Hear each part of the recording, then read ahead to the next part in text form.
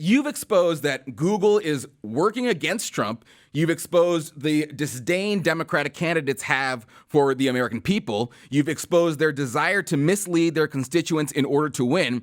You've gotten all of this on tape. You have the people saying it with their own mouths, and yet Washington says, no, he's a liar. Meanwhile, we're told we have to believe their anonymous sources, someone who is close to the White House, someone with knowledge told me this. How is that considered journalism and not gossip? Well, that's a great point. I mean, the problem with journalism is that journalism has become a tool for those in power.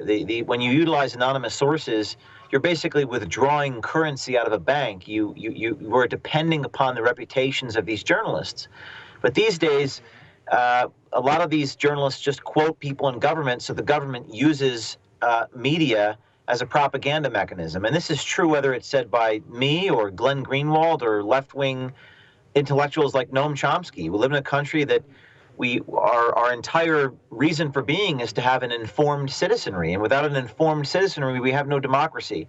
And right now it's very scary because there's no real investigative adversarial journalism happening. And a lot of people like the fact that these companies like Google and big media companies are protected and are not being investigated. But I would go so far as to argue that these big media companies have more power than all three branches of government, and therefore they should be investigated, and the journalists who are behaving unethically should be investigated as well. No, that's absolutely right. And they are upset that they are being investigated. There's a story out that there's a group of Trump allies who are going, and they are going to investigate outlets like the New York Times, like CNN, like Washington Post, who have been lying with impunity.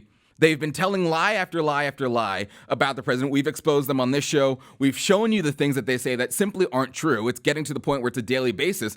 And there's a group out there who's going to try and expose those lies, and they are upset about it. We have Chuck Todd of NBC, total hack. I mean, the NBC is probably one of the biggest problems in this country when it comes to news organizations. And he's upset, and he's calling it authoritarianism because they are threatening to investigate them. We have the clip. Let's watch. The president's supporters are developing a financial framework designed specifically to target journalists. This is not fun, and it is not funny, and the press does not deserve it.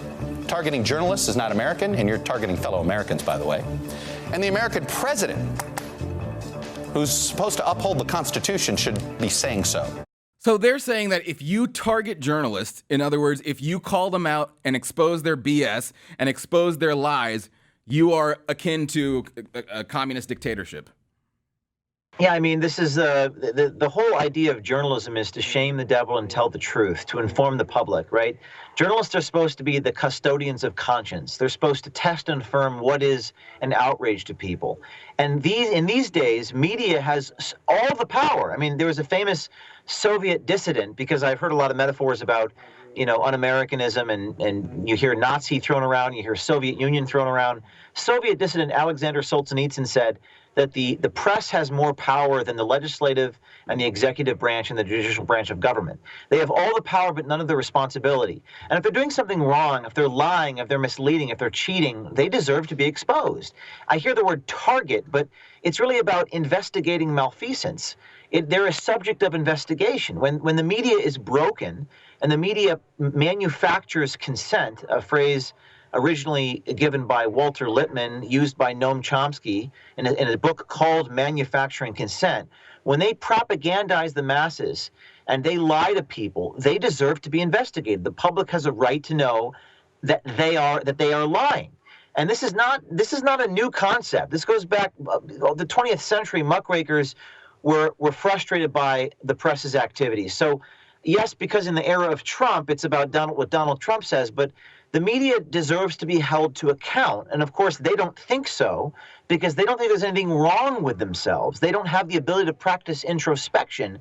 And that's exactly what led us to Donald Trump getting elected in the first place. So I would say the Project Veritas and what we're doing is we're actually, launching investigations into the media, separate and aside from the ones mentioned in this report that you mentioned. We're doing separate things. But absolutely, the press, and I would include Facebook and Google into what the press is these days, they need to be investigated. They need to be held accountable because they have so much power to influence people in the United States.